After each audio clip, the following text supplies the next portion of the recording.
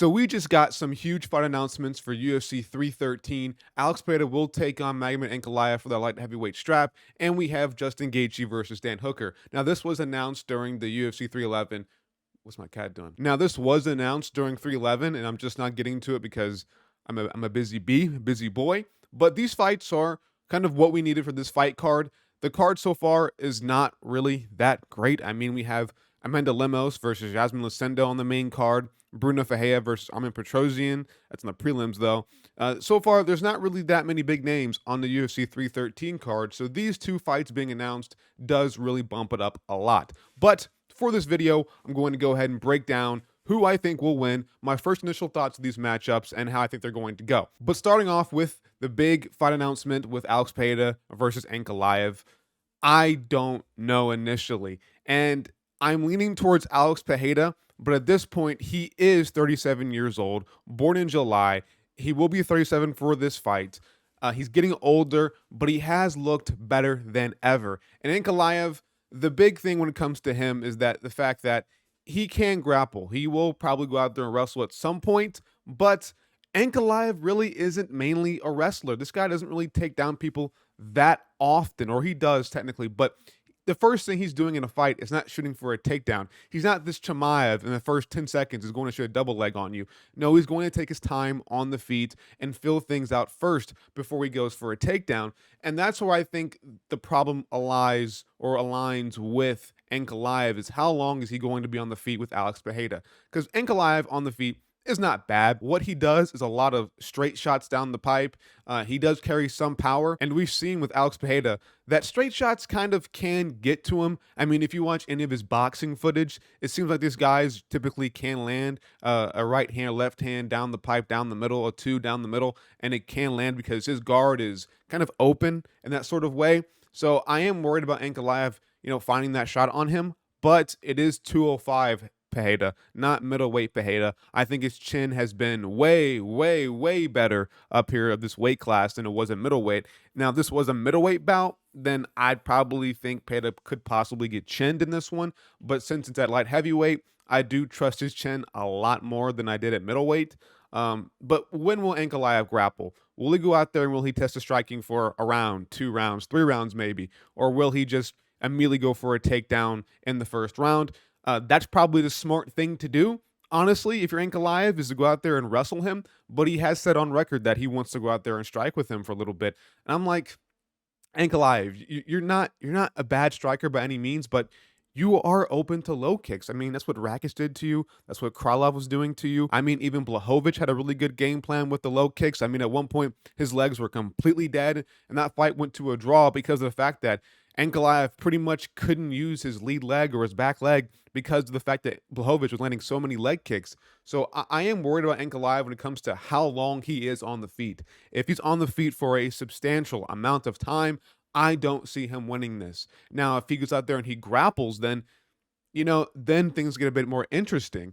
And even with that, man, Ankalaev isn't like the perennial grappler that we see with like Umar, Islam, Habib. Like, he isn't that kind of guy who's going to go out there and just hold you down for 5 rounds. Now, can he do that?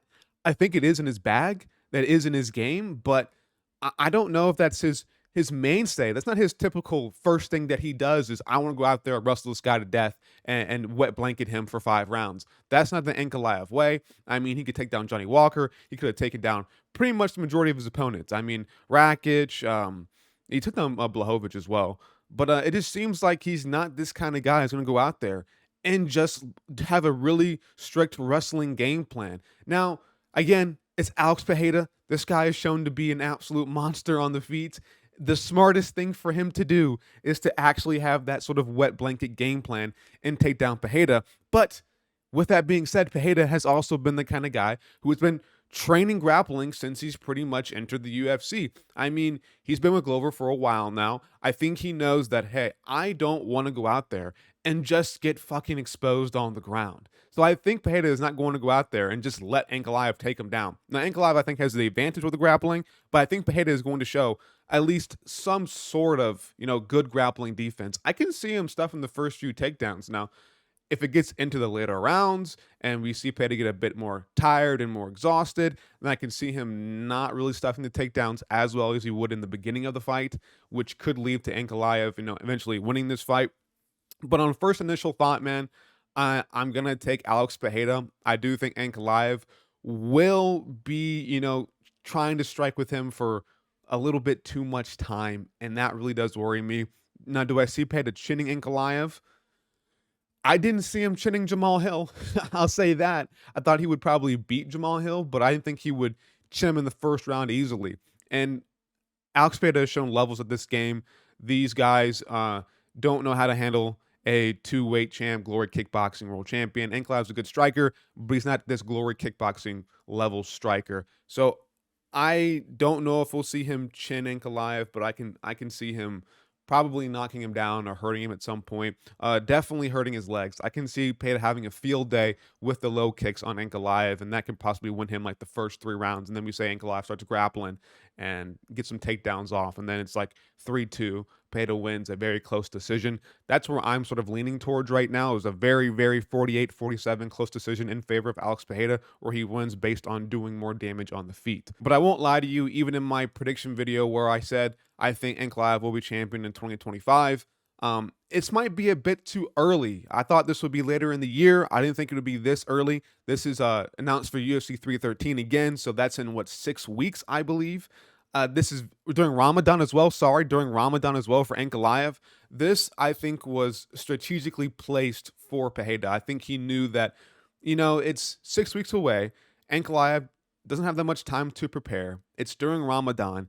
If there's a time where I can beat a lesser version of Ankalaev, I think it would be at UFC 313. I think Pereira knows that.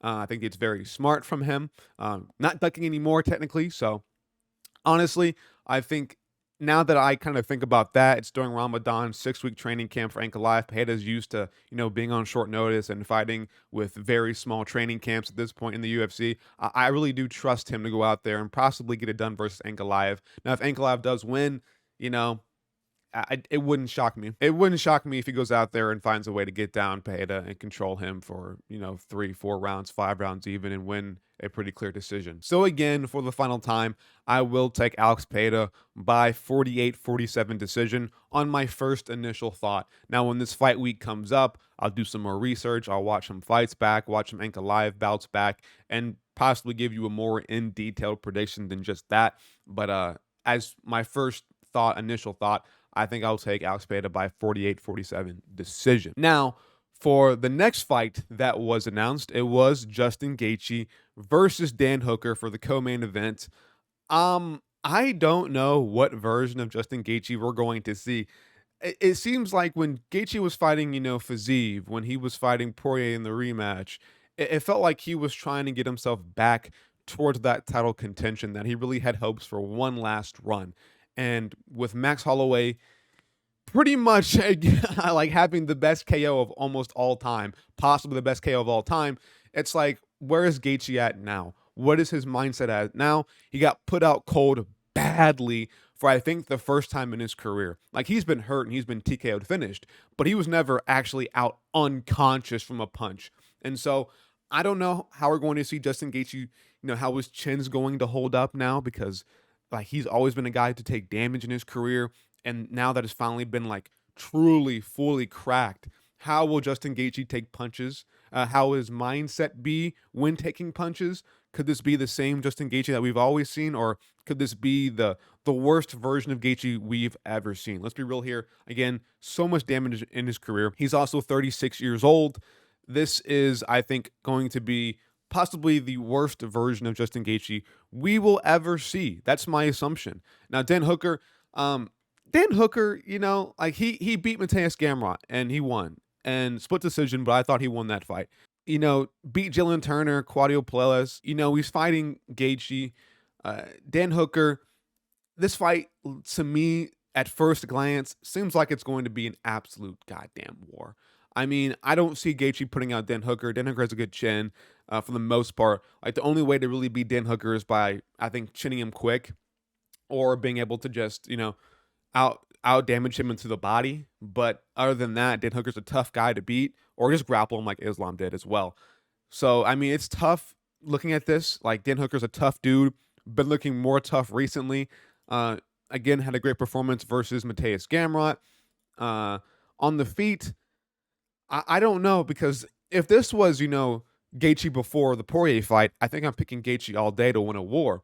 But now that it's Gaethje after, the Max Holloway KO, I don't really know. Like, I can see Dan Hooker going out there and going to war with Justin Gaethje where he does win, where Gaethje just doesn't take punches the same anymore. So I'm worried about Dan Hooker. I think skill for skill, I think Gaethje is better than Dan Hooker, but sometimes skill don't matter when you can't take punches correctly. When your chin is getting weak in your career, that can be the big neutralizer to all levels of skill. So can Dan Hooker, actually lay one on Justin Gaethje and put him down? Possibly. Gaethje has a really big knack for not taking body shots very well. I think Dan Hooker can go out there, have a game plan where he does land body shots consistently on Justin Gaethje, possibly gas him out. I think it does take a more dynamic striker to beat Gaethje, and so is Dan Hooker that more dynamic striker? Maybe, probably not. Sometimes even when Dan Hooker takes punches, he does kind of, scare me a little bit because if you watch this Arnold Allen fight back, he kind of just is like tuckering back like this, just like kind of holding his hands out in the open. And it's just like whenever he gets cracked or hit hard, sometimes he just kind of, I wouldn't say turtles up, but it's almost like it's such a shock to his system that he can't really figure out how to function correctly or defend correctly. So Gaethje, even if he doesn't take punches well anymore, he still can deliver hard punches, and maybe he can go out there and give a nice little quick KO over Dan Hooker. That is possible, but I don't know, man. I do kind of worry about how Dan Hooker and or Justin Gaethje's chin is going to be able to hold up in this matchup. I think for my first initial thought, I think I'm leaning towards Dan Hooker just because Gaethje got KO'd so badly, so badly. That was, um, yeah, it was late last year, or sorry, early last year in April of 2024 when that happened. So he's taken almost I think it will be a year, or sorry, it will be close to a year. It'll be what, yeah, 11 months off. So I think that's pretty smart from Gaethje to take that much time off to make sure he gets his chin at least somewhat back on track here. But yeah, I think I'll take Dan Hooker just in an absolute war where we see Gaethje just get dropped a few times or gets rocked a lot, gets a lot of chicken dances. He has been known to do the chicken dance quite often in his matchups, like versus Chandler and Poirier, of course. So I'm gonna take Dan Hooker at first glance. I am, really worried about that pick. Of course, I'll do more research in the future when we get closer to fight week. But yeah, Dan Hooker, I think, wins by probably 48-47 decision again, where he wins an absolute war. Maybe gets a late TKO in like the fourth, fifth round. So, yeah, that was the new fights we got announced for UFC 313. I'm excited for it. I don't know what's going to happen between Pereira and Ankalaev, and the same thing with Justin Gaethje versus Dan Hooker. This card does need a lot of help, so I want to see some more fights announced for that main card. It seems like they are saving spots for the main card, so hopefully we get a few more, bigger names on this. But yeah, overall, the card looking not too good, but the co-main and the main look pretty good. So I'm excited for it. Hopefully Payton wins. He's the best thing going on for the UFC right now, and it needs to stay that way for I think at least the rest of this year. So that's it. If you enjoyed this video, like, subscribe, bell icon notifications, but I'll see y'all later.